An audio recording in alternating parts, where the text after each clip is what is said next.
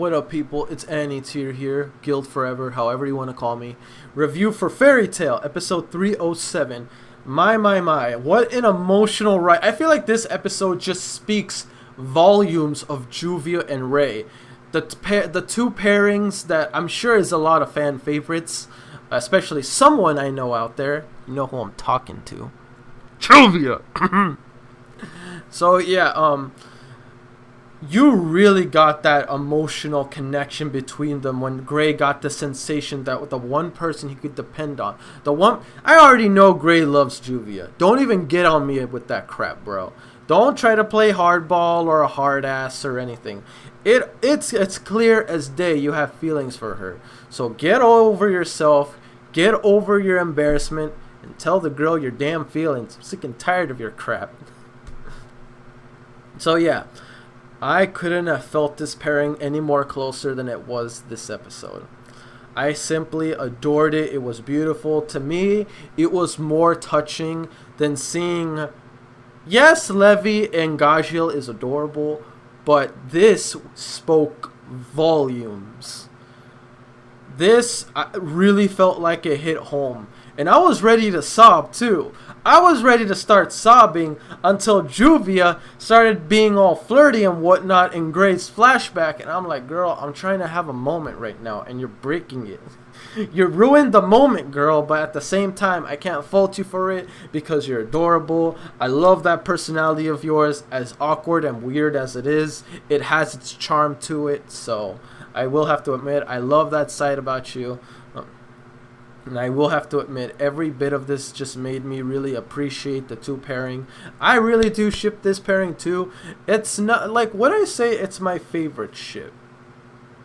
Nah. Jalel and Urza is still my favorite ship. Second to that might just be Juvia and Gray. And third might have to be Natsu and Lucy. And finally, Gajil and Levi. That's how my favorite pairings go in order. But still, to this day, my number one favorite ship, I was about to say Jalel and Urza. Favorite ship. But yeah, still was great and fantastic. When Gray beat the everlasting pulp out of Invel, that was so satisfying to watch. Seeing that guy get pulverized like, I have the greatest defense and armor that's impenetrable, and anyone that contacts it is going to be frozen to their very being. That's not what I saw. I saw you getting your butt handed to you. You got annihilated with the fury of fists. And Gray, you can tell, Gray wanted to murder this man. There was every intent to kill in his body.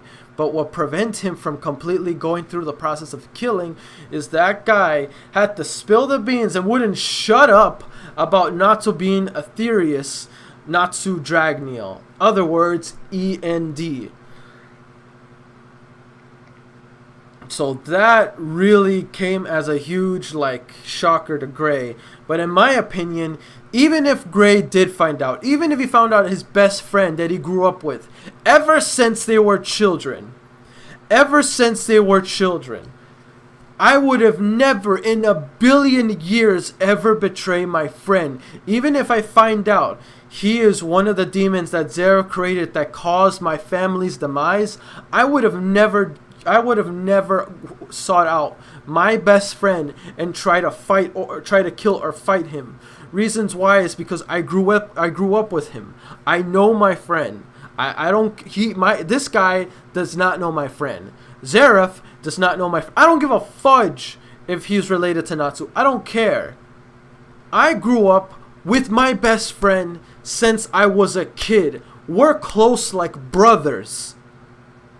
I am not gonna harm my best friend out of what one random motherfudger that caused the demise of someone I cared about and now is trying to play me like a fiddle.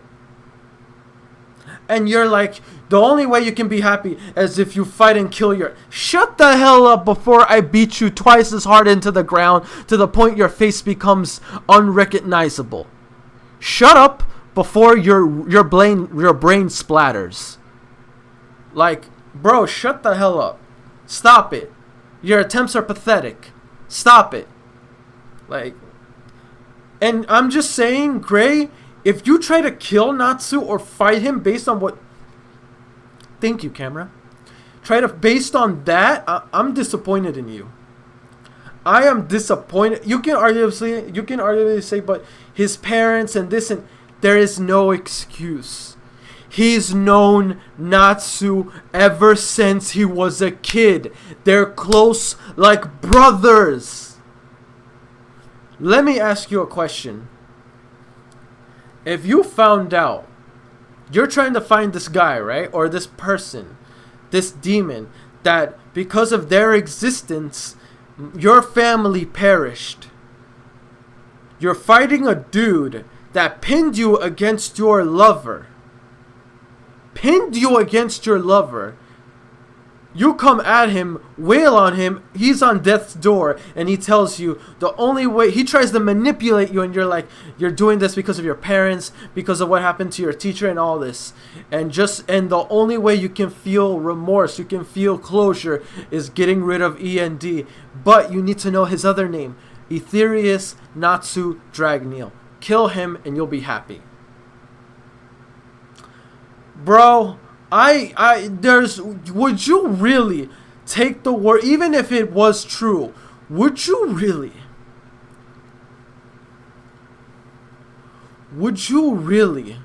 go after your friend, fight him, and try to end his life just like that?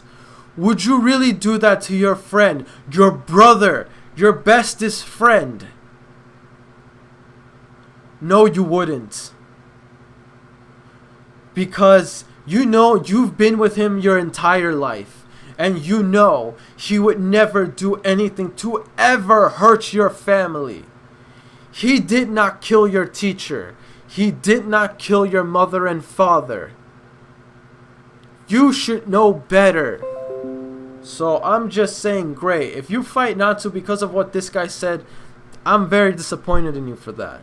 You should not give a damn what this guy says, and just completely have faith in your best friend. Once again, your brother. Let me know what you guys think on that. Do you agree with me? Do you feel like Gray has enough probable cause to try to fight and maybe kill Natsu because he found out he is in fact END? Let me know in the comment section below. Do you feel like Gray has enough reason, or do you feel like that is like, no, that's not a good enough reason? Let me know in the comment section below. Yes, that counts as question 1. Nah. Overall, it looks like, I didn't expect Natsu to take out the guy that does the Historias. I didn't expect Natsu to basically one-shot him.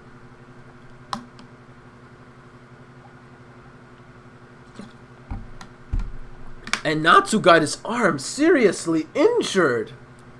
Like, holy hell, he beat him, but he looked like he almost lost an arm. But still, I didn't think he would. Even Brandish was getting scared of him. But Natsu completely one-shotted him. I feel like Natsu could possibly beat Brandish. You would think that maybe, it's just because Brandish's magic works in different ways and she can practically kill almost anyone. True. But the fact that she was scared of a guy that Natsu one-shot also, once again, speaks volumes.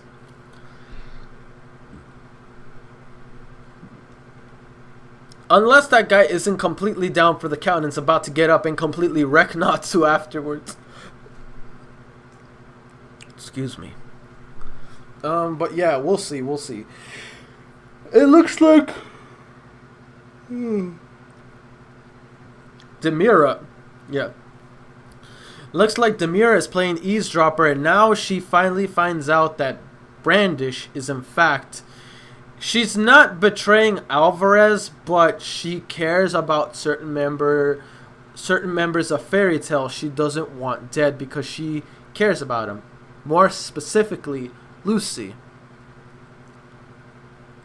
So yeah, she went out of her way to negotiate with them and make sure, even though Brandish kills everyone else, she's going to make sure that Natsu, Happy, and Lucy are the only ones that she cares about that are not in fact dead. Even though that does nothing. They're not gonna let Brandish kill their friends. Let's be real. They're gonna fight her for sure. But point is, Demira now knows. As for how she's gonna take this, she looked pretty pissed. Like, she looked hella pissed off. Like, I don't think she's gonna like hate Brandish, because I mean, I think like they're like besties, right? They're like best friends. So I think what Demira is gonna attempt to do is she's going to make sure Natsu, Lucy, and Happy is on her you-know-what list, to make sure that Brandish, there was no evidence of her betraying Alvarez. That way, they're done, and Brandish can completely wipe out Fairy Tail without a shred of remorse. But who knows? Who knows? I don't know. Demira finding out does in fact put Brandish now in danger. We'll find out. Because it's not just Brandish, it's not just Demira that knows. The other Historia guy knows as well, and he got a boost, but Natsu knocked him out. So we'll see. Maybe it won't matter if Natsu just wails on him enough to the point to where he's down for the count. And then, well, but then you have to consider Demira, which I'm not sure where that's going to lead, but I am curious. Once again, this episode was fantastic. I didn't think that the whole pinned mocked battle against Juvia and Gray was going to be one episode. I kind of wished it was more struggled on. That way it would have been more emotionally staggering, if you know what I mean. It's like a tug of the heartthreads, but it almost felt kind of like a rip of the band-aid moment. It didn't last too long, but it was still emotionally heart-wrenching to see. But hey, Ray got the bastard. I kind of wish Gray kills him, but I don't think it's gonna go that far. Even though I gotta admit, Fairy Tail did got a little bloody this episode, and I kind of like it. I know people will be like, wait, you like blood? I just like things more realistic. If you get punched enough or stabbed enough in a certain way, there should be blood. I'm just saying. But anyway, I'm already 13 minutes pretty much in this reaction. So yeah, let me just do a second question. You guys already remember my first one. Go back if you don't remember into the video. Question number 2.